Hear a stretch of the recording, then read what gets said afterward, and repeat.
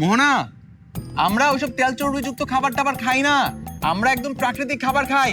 তবে কেউ যদি আমাদেরকে সাধে তাহলে আমরা খাবো। এই দেহার নাকি তুমি? হ্যাঁ, তোমার এটা বলতে বলছি? কখন বলছি সাদলে খাবা? বলো সাদলে খাবা না। আমরা সাধলেও খাবো না।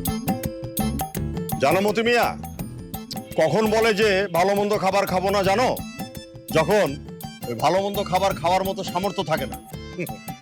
আবার আজকালকার ছেলে মেয়েরা কথাই কথাই বলে পালিয়ে বিয়ে করব, গাছতলায় থাকবো, একটা রুটি অর্ধেক করে খাবো। তারপর যখন ওই গাছতলায় এসে না বাস্তবতা বুঝতে পারে, তখন কি বলে জানো? তখন বলে আঙ্গুর ফল টক। জি স্যার, বুঝছি। এখনো সময় আছে, ডিভোর্স দিয়ে আমার কাছে এসে পা ধরে ক্ষমা চা, আমি মাফ করে দেব। এই ক্ষমা আমার লাগবে না। আমরা প্রকৃতির মাঝে অনেক সুখেই আছি, সুখে শান্তিতে সংসার করছি।